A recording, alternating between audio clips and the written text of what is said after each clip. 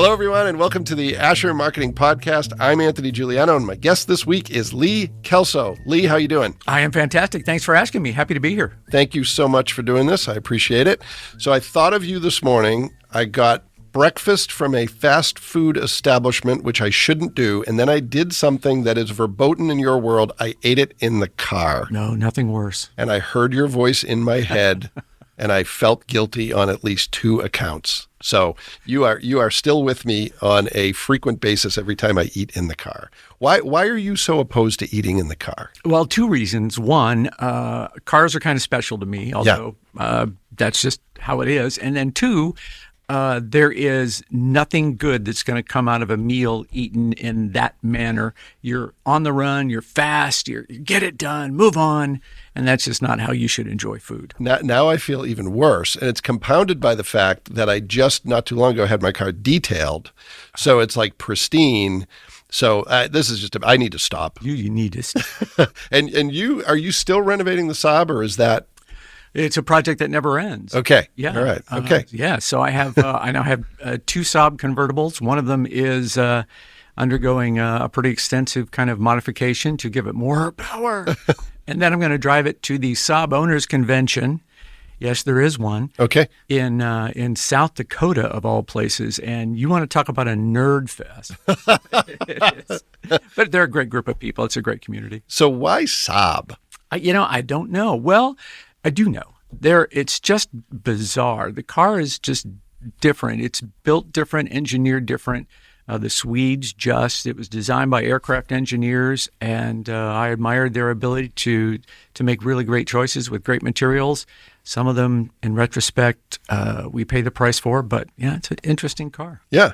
My only Saab memory is there was a really cute girl. The only time I ever worked retail in college, there was a really cute girl who drove a red Saab convertible. Ooh. And I thought the car was pretty great because I thought she was really cute. Yeah. So, well, we're not here to talk about Saabs or eating in the car. We're here to talk about you. So I want to start with career path. My first ever memory of Lee Kelso was when I moved to Indiana and I started watching the news. Mm-hmm. And there you were as a news anchor. But you did some radio before that, correct? Yeah, radio brought me to Fort Wayne. I was a radio news guy in my hometown. Moved up here to work at the AM/FM WMEE combo at the time. Transitioned out and went to television to be a host of PM Magazine. Okay, all right. And that was a show that probably very few people remember, but was an interesting opportunity. Took me all over this part of the state, met lots of interesting people, and then transitioned into the TV news department and worked my way to the 5, 6, 11 o'clock news guy. Yeah, so taking a step backward, when you were growing up, was that the ambition that you were going to go into broadcast journalism, or did you think you were going to do something else and then pivot to that? I knew that broadcasting was in the future somewhere. Okay. Somewhere there is a photograph of me at a little card table with a record player and an old shaver as a mower. Yeah. The old 1950s shavers, they look a lot like this. Yeah. Yeah. So you are an anchor for 13 years? Is that ish? Yeah, that sounds about right. Yeah. Whatever. Yeah. So why did you decide you wanted to do something else? 2 things. 3 things. The TV news business is a mathematical equation. Mm. It's constant variables that go into the same formula with a predictable outcome. Mm-hmm. And over time, I just was getting kind of bored. In TV, to move up, you move up in markets. Yeah. And at the time, my wife and I had 3 little children. Mm-hmm. Her parents were here in town, and she was all about moving and moving my career forward. But it just, hopping markets just didn't seem all that interesting. Yeah. So that was getting a little old in the tooth. And then, I could sense that the internet was going to be a big thing. Yeah. I could just tell this was going to go someplace. Yeah. And I just needed to be a part of that. Always been a geek, always loved technology. And so that led me out of broadcasting and into the ISP world. Yeah. So I mentioned this before we hit record, but I think as much as anyone, probably more than anyone, the thing that intrigues me most about you is the fact that you were really deeply enmeshed in traditional media, mm-hmm. and you made the switch right around the time as the internet emerged into new media. Tell me a little bit about what you foresaw with new media that made you say, yeah, I want to be part of that. Oh, well, the segmentation and how we're all devolving into tribes driven by our interests. So I know you're deep into the trails and the trail system around here. So there's a tribe of people who are interested in that, and golfers and car guys and, you name it. We all now have multiple interests, and the internet is just so well designated to perform as a meeting place for all those people. And I could just see that coming. The commerce, e-commerce, and the capability is remarkable. And I love the whole communication side of it as well. I was doing, we all take Zoom and that kind of stuff for granted now, but we were pioneering that whole video over the internet thing, and it was horrible. Yeah. But it was so interesting to be able to talk to somebody in Australia way back in the day. Oh, yeah. And so it just so many of those things drew me out, and I could just tell it was going to be huge and world-changing. Yeah. So you really go into entrepreneurship at that point, correct? Yep. And you start, is it one company, multiple companies at that point? Joined the internet company was pre-existing here, and I went on board and kind of gave a business side to that and helped grow that company. We sold it just by happenstance at the peak of the bubble. That was fantastic. Congratulations. Just absolute accident of timing. Yeah. And then started a company that did telecom cost consulting. Realized, and that was a nice little business, but realized that, I'm a word and picture and communications guy. Yeah. Yeah. And so that's when I started to migrate back into what we're doing now. Yeah. So you have multiple stops along the way in the internet world, a couple at least, and then you come here and you're at Asher for about 5 years. Why did you decide you wanted to try this, and why did you decide that you wanted to do something else? Well, the Asher thing came about because, as I said, I was just kind of itching to get back into the word and picture and storytelling, and I've learned over the years that at heart I'm a content creator. And it doesn't matter to me a whole lot whether I love to write. I am not great at graphic design, but stick my toes into that water. Yeah. Love editing video, telling pictures with a video camera, telling stories with a video camera. And this was an opportunity to get closer to that. I'd also like to help businesses think about how do we solve this problem, whatever that problem might be. I learned a lot from you in that regard, and how to listen carefully and listen to what business owners aren't saying, but you can read between the lines about the challenges they face. And I learned a lot of that stuff here. Yeah. So talk about what you're doing now, because it's sort of, you go into what I'll call new media health sort of news, and you do that before COVID. And then COVID hits. So talk a little bit about, why'd you go down that? I mean, you used to have Health Call, right? You were hosting that. And then it looks like you decided, I'm going to do this, but sort of on my own because I can. Technology allows for it. What was it like getting that spun up, and then where has it gone from there? I have always had an interest in health, and just the general concepts of physiology and disease process and all that kind of stuff. It sticks with me. And had I been I dropped out of college. If I did not make it through to graduate, just didn't have that discipline. And if I did, I would probably be in healthcare today in some way. But I have always, as I said, been interested in health-related matters. And there was a hole in the market. So the TV show that I was hosting on, one of the local, I think it was the ABC affiliate, was canceled, as they canceled all their local programming other than newscasts. And I just saw, okay, there's a hole. Yeah. And I love radio. Yeah. So I went to the WOWO and said, hey, you guys have an hour on Saturday morning for me? Let's play. Yeah. And that was able to happen. So now I do the Health Call Live radio hour. And just like you're doing here, I bring cameras into the studio and videotape that. So that goes up on YouTube and on the website. And then on a weekly basis, each Tuesday, that's every Saturday morning at 9 a.m. on 1190 a.m., 107.5 FM. And then every Tuesday morning, I do a little segment that brings together live streaming and radio. Yeah. So I'm on the radio with Kayla in the morning doing this segment. And at the same time, from my home studio, I'm streaming it out to Facebook. Wow.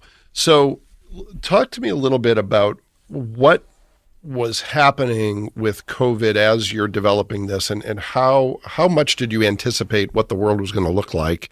And What did you do during COVID to adapt, and how did that, I hate to use the word help, but how did that help what you were doing, and what were some of the limitations and challenges? Well, I have always been fascinated with viruses. Mm-hmm. I don't know why, it's just a thing. And so when I saw these early reports about what was coming out of China and reading sort of the medical stuff that a lot of people don't see, I could tell this was going to be a big deal. Mm-hmm. And so in really the first of the year, right at the end of December, early January, I started doing radio shows revisiting the flu pandemic of 1918 and trying to get people up to speed and say, I don't know what's coming, but let's look back at what happened then and mistakes we made and how it was managed. So I was talking to experts at Johns Hopkins and an author in France who had written a book on the Great Flu Pandemic and kind of queuing people up to, this can get really bad. And just because it's modern and it's no longer 1918 doesn't mean that viruses are going to behave any differently. Yeah, well, you had population density and other things that actually lend themselves to that, yeah. So that was interesting, and being out in front. And, I was listening to people from around the world. There's a medical educator in England I follow closely. Man, this guy has been on it from the start, weeks ahead of the trends as we were seeing it in the media here. So I feel quite proud that if you followed my reporting through the early stages of COVID, nothing caught you by surprise. Mm-hmm. Yeah. So how did you adapt to an interview model in the COVID world? Obviously, you have a home studio, so you're ahead of the game there. Anything specific that you needed to do to make it work? No, not really. The interviews that I do, the way the show is structured typically is you typically try to reserve a half an hour for a local guest, and the other half hour of the program is something that I find interesting. Yeah. And some researcher, a professor, a doctor, somebody in association from out around the world that can bring light to a particular medical topic. So, and I connect with those people via a Zoom-like platform that I use out of my house. And so that was pretty much an easy way to connect.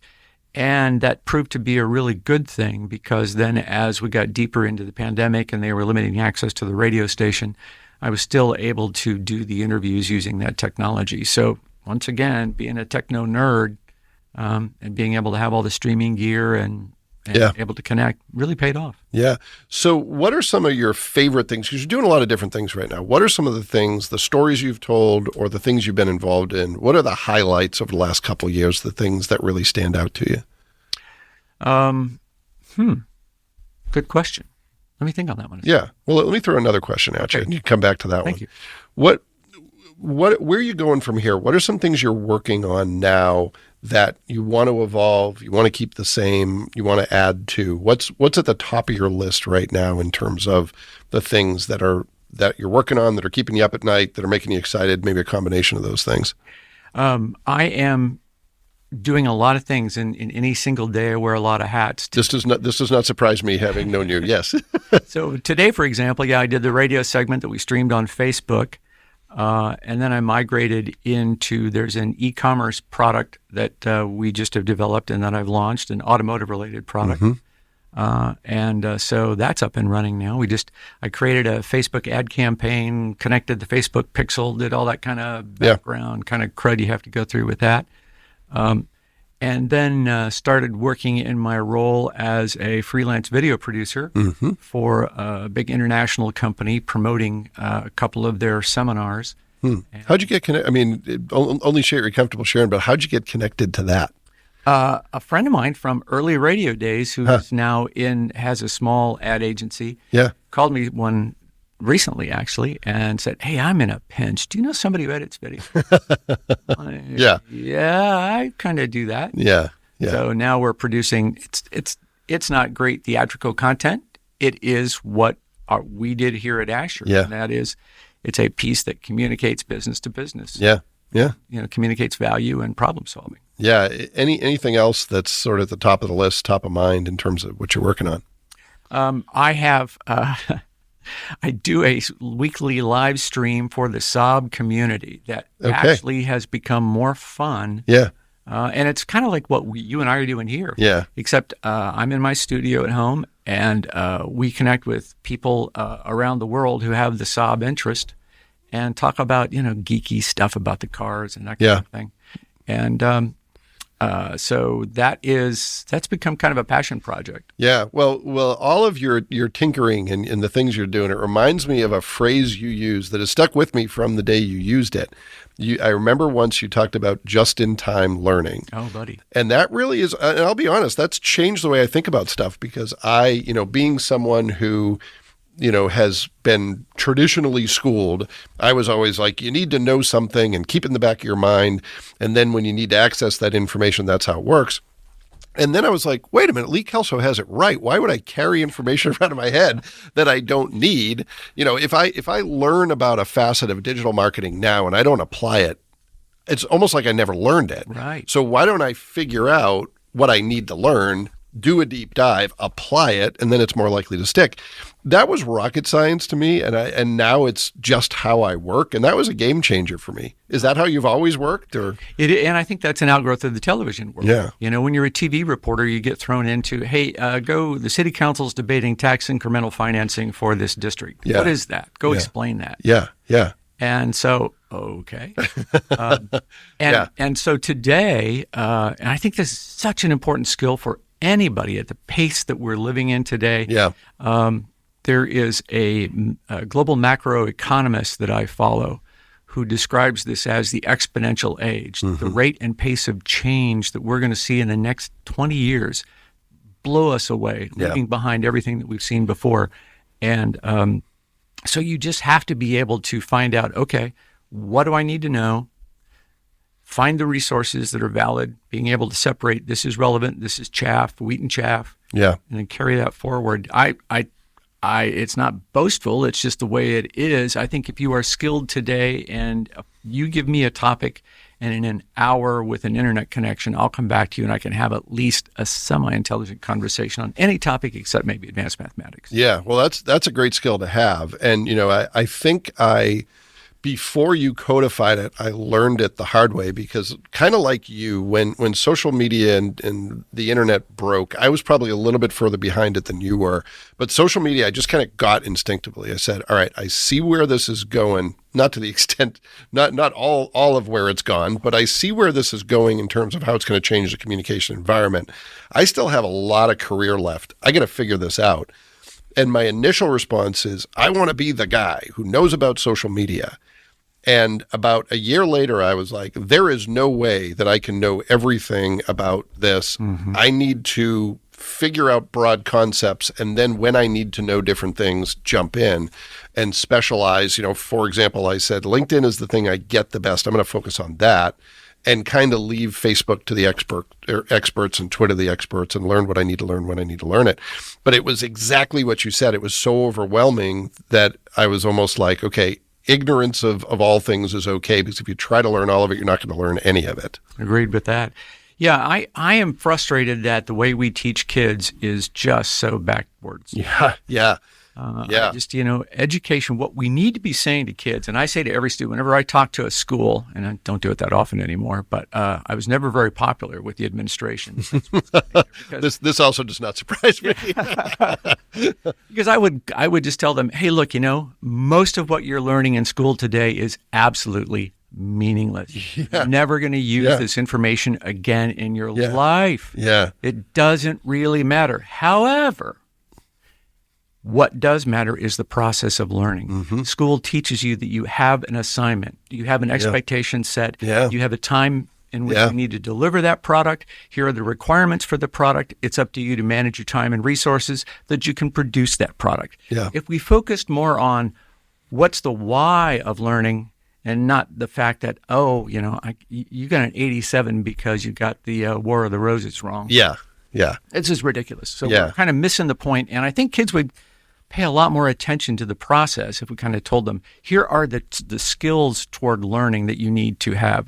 And again, that's what television news taught me is You got to think fast, write fast, and not be wrong. Yeah, no, you and I could talk about that for hours because I wholeheartedly agree. I mean, mainly we're going to teach you to show up on time and do things you don't want to do against a deadline. But in terms of how kids learn, you know this, you and I have talked about this in the past. I was the worst student you could imagine for most of my childhood. But if it was fractions and someone told me you have to learn fractions, I was out. I was done. I was bored.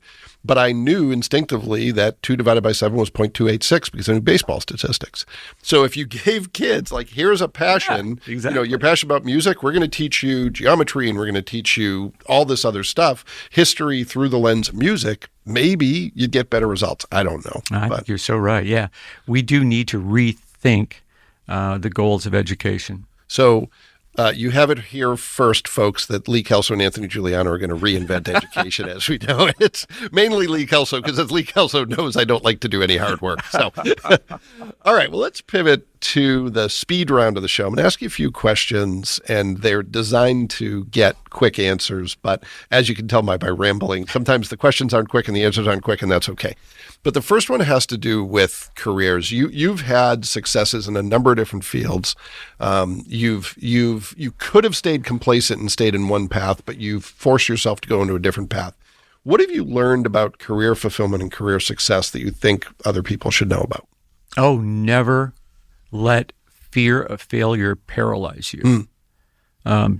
There is, I have come to embrace failure. And when I was coaching young reporters, when I was hiring people in the newsroom, their first day of full employment, I would say to them, I want you to fail. I want you to live on the edge and try and do things that aren't going to work.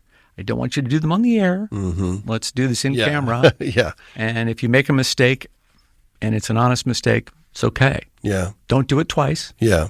But failure is an option that I want you to get a hold of and explore, so you know where the edge of your comfort zone is, and then step beyond that on a regular basis. Yeah. So I'm going to ask you a tough question. What's an example of that from your career, a time when you took a risk and it didn't work, and what'd you learn from it?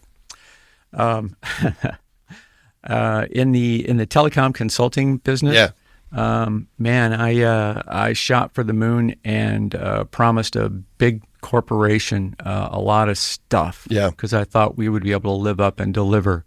And man, that was frightening and scary, and we dropped the ball. But thank goodness they had faith and stuck with us, and we were able to pull it together because I didn't realize. Well, it's one of those, you don't know what you don't know. Yeah. And once I got into it and realized, we need to know these things, and then got busy and figured those things out. Yeah. Well, and anyone I know who doesn't have one of those stories doesn't have many stories to tell, because you got to try different things. Yeah. All right. Second question. Tell us about. I normally ask people about their organization, and that's fine if you want to talk about that. But what's about the media environment, something that you think is underappreciated that we should know more about, or something that is a misconception that you think should be corrected? Oh man, you just hit a hot button for me. I don't know if this is going to take you where you wanted it to go. All right, buckle up, everybody. I am very, very concerned about the state of local media. I watch television newscasts today, and it is news release after news release after news release. There's no reporting that goes on. Is that because of the bandwidth that journalists have today? They just don't have any? Twofold, yes. Yeah. You are a multimedia content creator. Yeah. So you've got to feed the beast. You've got to feed the website. You got a Twitter, you got social media, all of that stuff you're expected to do. And the economics of local media has changed a great deal. Back in my day, we were out with a photographer and a reporter, and now it's typically reporter and photographer. And here's what you miss. And sometimes it's just reporter. Yeah, that's exactly what I meant to say. Yeah. You are doing both jobs. Yeah. And so you're shooting and asking the questions and all that kind of stuff. And more often than I can tell you, okay, so you shoot the interview, and the photographer goes to shoot the video to accompany the story. And so the pressure's off, and the subject of the interview kind of lets guard down a little bit, and you just start to have conversation, and that's when the real detail and depth and texture of the story comes out. Or they'll go, you really ought to ask about this and this guy. And those opportunities don't exist anymore. Yeah. The other thing is, I was hiring kids who were in their second, sometimes third job out of college. Today, we're getting kids in this market straight out of school.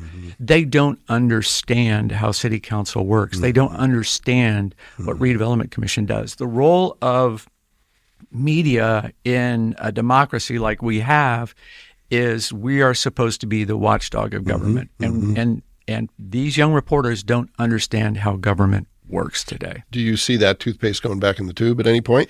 Man, that's sad. I don't. So if you wanted to be scurrilous and a scoundrel and all the other scuss sounds in local government today, man, you've got a great opportunity, because I don't think anybody's really looking under the rug. So do you see a challenge to that coming from independent media sources? Absolutely. And it is happening as the news that's being reported has little effect on me. What I see being reported is it's not significant. These are not issues that I care deeply about, because you're just doing news release kind of groundbreakings and that kind of stuff. And we did our fair share of that too. I guess I've gotten older and understand the role of media better, and would like to apply those a little bit differently. Yeah. Do I see it going back in the tube? No, not really. The media, local media, are losing eyeballs to things that are of greater interest. Yeah. It goes back to what I was talking about earlier, the whole tribalization. We now have so many ways to get the information about things that we care deeply about. That it just consumes that time that you used to spend. The 6 o'clock television newscast is no longer appointment viewing. Yeah. Well, and it's in the social media world, you're seeing increasing fragmentation. Not only are there more major platforms, but you have things like Nextdoor and All Trails, which, speaking to exactly the point you were making, where there is no more a place to go get everyone, and you can get great depth. But let's talk for a second, if you don't mind, about the downside of that, where you see the algorithms feeding people more of the provocative stuff they respond to. Absolutely. That's the thing that scares me the most, is that it used to be that if you had a crazy idea in a town of 10,000, you were an outlier. And there was sort of this peer pressure to say, that person's kind of alone, and that's a fringe idea, and we're not going to support that. Now, even if you live in a town of 10,000 and you're one person, you can find 100,000 people online who are going to agree with you about anything. Right. And that enables that and encourages that. I don't know what to do with that.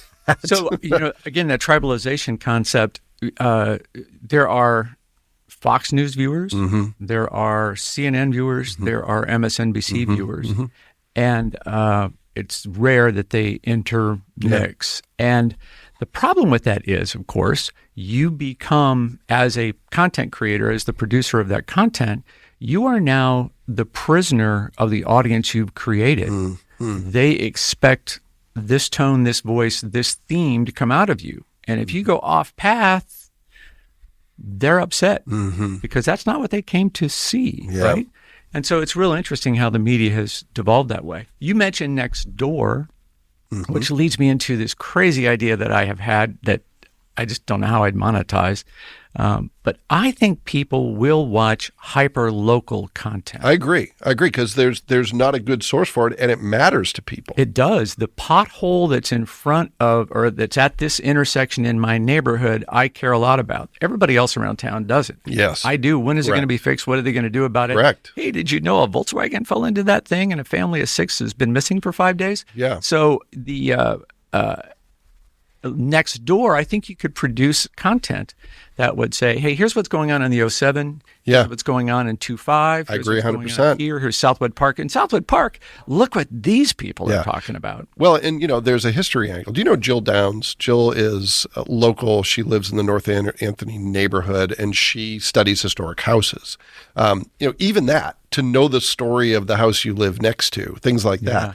I think it is, the weird thing I've seen switch is, I don't want to say no one, but very few of us go to the local news for national news, but they still give it to us. It's like, if I want to know how the Detroit Tigers did, I'm not going to wait until, one of the local news stations tells me that. I'm going to go to ESPN. If I want to know, what's happening with the weather, I'm probably going to go to the weather app. Right. So it's like we have all these outlets, but the one thing that's still missing is that hyper-local angle. And, I thought that was the play for print media 20 years ago was let's pivot and get hyper-local. No more national news in the paper. We're just going to focus on what's happening in nearby neighborhoods. Obviously, that didn't happen. Well, and I think that's the concept behind local television newscasts being on starting at 5 a.m. and running till the network shows come on at 7. And then some of them are expanding their local coverage. So they're getting the idea that local is the only thing that's going to keep people coming back. They're just not yet producing the kind of local that people want to see. I have had another crazy idea of, with my streaming software at home, I can do what looks like a television newscast. Yeah. What I can produce out of my den with today's technology is remarkable. Yeah. And I have thought, wouldn't it be cool to get together what I would call the has-beens, and all the local, there's still a lot of guys like me who were in media and, that are still in town, but have retired and moved on doing other things. But you still have that itch to tell the story. Yeah. Wouldn't it be cool to create an outlet where they could contribute and you would have local content produced by non-traditional journalists? Yeah, well, and I think there's a credibility factor there because of, and some of it is earned, but some of it is also because of the state of the media today. Mm-hmm. It's unfortunate. I'm someone who grew up, on the tailwind of Walter Cronkite, and journalists were they're the truth tellers, they're to be respected, and that's not how the world looks at them. But you're from an era where that was still there. Yeah. Yes, and I see it today in young people that come through. It's a hamster wheel, the local media, and that's the role of a market this size. Mm-hmm. This is where you come, learn some skills, get better, move on, like I talked about earlier, and the whole need to move up in market size. And I see people on TV now, and I can put my finger on them and go, that gal has more talent than she knows what to do with at this moment. Somebody needs to get a hold of her. Mm-hmm. And I just don't see that happening all that well. Mm-hmm.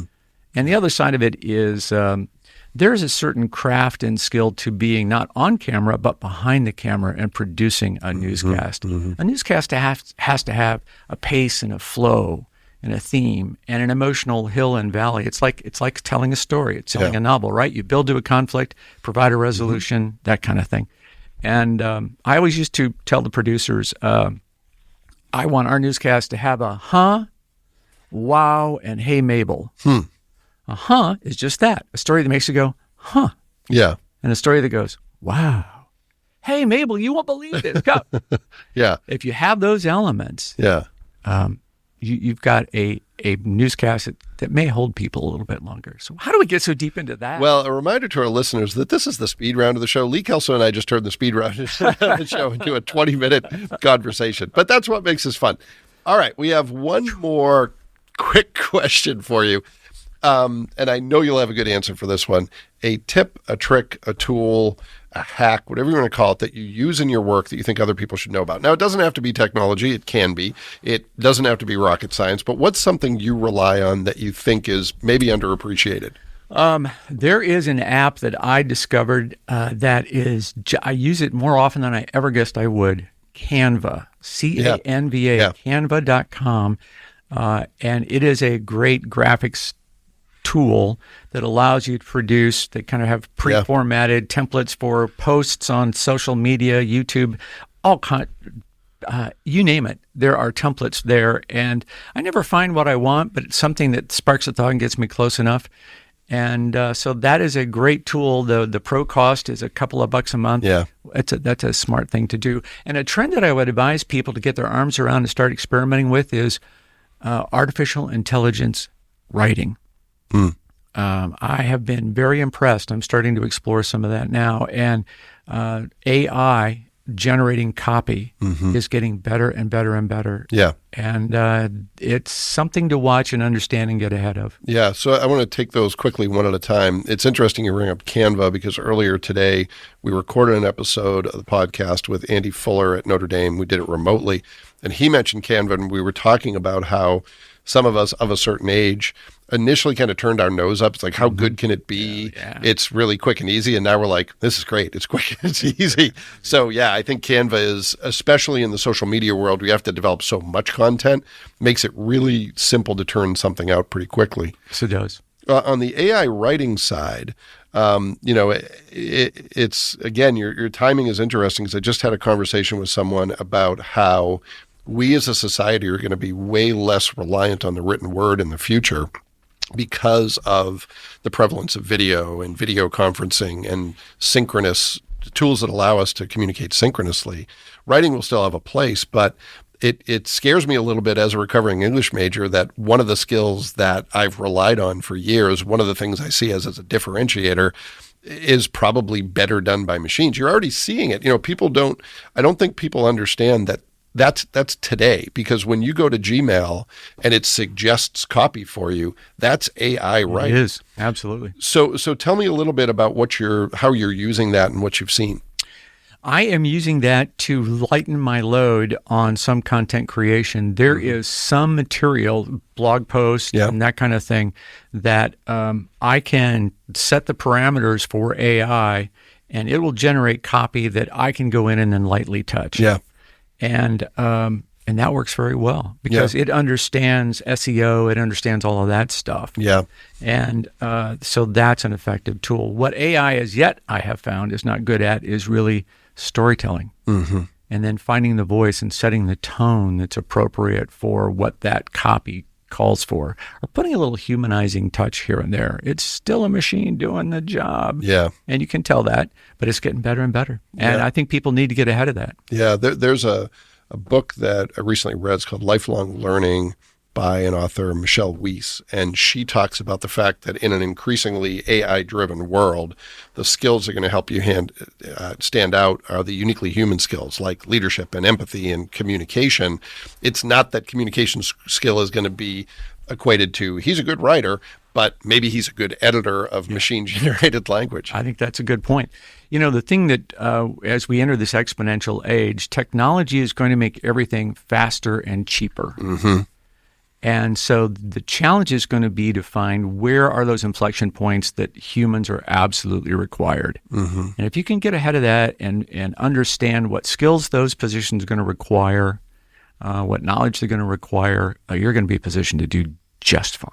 Yeah. And the other thing is, if you're a plumber and an electrician, if you're in the skilled trades, man, life was just going to roll out ahead of you, because those skills are so vital and undervalued. But that's going to change. Yeah, my former neighbor Johnny Cipher is an HVAC guy, and he is just killing it. And he was a great neighbor because I don't know any of that.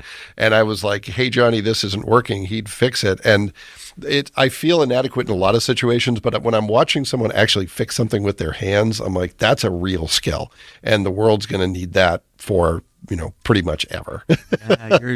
You're not gonna offshore that plumbing work. Right? Yeah, that's gonna happen. Well, yeah. So we're gonna reinvent education. Yes, we are. It's gonna lead more people to the trades, and we're gonna start We're gonna monetize next door for the pothole down the street. All right. So we have a long list of things to do. Let's get busy. Let's go. Right. Well, thanks. This has been super fun, wide ranging as I expected it would be, but some great stuff. Thanks for doing it. I appreciate it. And thank you for opening the opportunity for me to step up on that soapbox and share some thoughts. Well, thanks. And thanks to everyone who took the opportunity to listen to this episode of the Azure Marketing Podcast. We'll be back next week with another great guest, and we hope you'll join us then.